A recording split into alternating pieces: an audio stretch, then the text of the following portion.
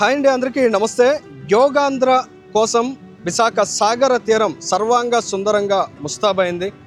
సాగర తీరంలో 23 కిలోమీటర్ల మేర ఏర్పాటు చేసిన భారీ యోగా మ్యాట్ని మనం చూస్తూ ఉన్నాం. ఆర్కే బీచ్ మొదలు భీమిలి తీరం వరకు కూడా మనం చూస్తున్నాం కదా. One side of the road అనేది ఈ విధంగా గ్రీన్ యోగా మ్యాట్ తోటి కనిపిస్తోంది. అత్యద్భుతమైన ఏర్పాట్లు చేశారు. 3 లక్షల మందికి పైగా ఈ కార్యక్రమంలో పాల్గొనడానికి ఎన్రోల్ అయ్యారు. మనం చూస్తున్నాం కదా, ఇలా కంపార్ట్మెంట్స్ కింద డివైడ్ చేశారు. C4 కంపార్ట్మెంట్ వద్ద మనం ఉన్నాం. ప్రతి కంపార్ట్మెంట్కి కూడా ఎంట్రీ ఈ విధంగా ఉండబోతోంది. ప్రతి కంపార్ట్మెంట్కి సంబంధించి ప్రత్యేకంగా యోగా సాధన చేయించేందుకు ఇక్కడ శిక్షకులు ఉంటారు. అత్యద్భుతమైన ఏర్పాట్లు చేశారనే చెప్పాలి. ఎక్కడికక్కడ తాగునీటి వసతితో పాటు అవసరమైన టాయిలెట్స్ను కూడా అరేంజ్ చేశారు.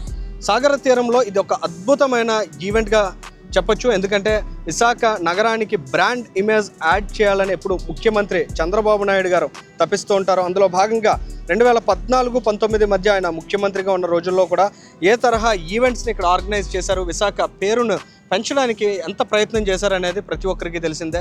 ఇవాళ ఈ కార్యక్రమం ద్వారా ఖచ్చితంగా ఆంధ్రప్రదేశ్ రాష్ట్రంలో, భారతదేశంలోనే కాదు ప్రపంచానికి కూడా విశాఖ నగరం యొక్క అందాలు పరిచయం కాబోతున్నాయి. ఇది ఖచ్చితంగా విశాఖ నగరం యొక్క ఖ్యాతిని మరింత ఇనుమడింపజేస్తుందనే విషయంలో అయితే ఎలాంటి సందేహం కనిపించట్లేదు. ప్రత్యక్షంగా 3.5 లక్షల మందికి పైగా ఇప్పటికే ఎన్రోల్ కావడం, 5 లక్షల వరకు కూడా జనాభా ఈ యోగా దినోత్సవం యోగాంధ్ర కార్యక్రమంలో పాల్గొంటారనే అంచనాలు ఉండడం ఖచ్చితంగా విశాఖ నగరానికి ఇదొక అద్భుతమైన గొప్ప ఈవెంట్గా భావించాలి. దీంట్లో భాగంగా అధికారులు పెద్ద ఎత్తున ఏర్పాట్లు చేశారు. గడిచిన వారం రోజులుగా చూస్తే ఎక్కడా కూడా కనీసం నిద్రాహారాలు కూడా మాని పనిచేశారా అనే స్థాయిలో రాత్రనక పగలనగా వారు శ్రమించినటువంటి సిచ్యుయేషన్.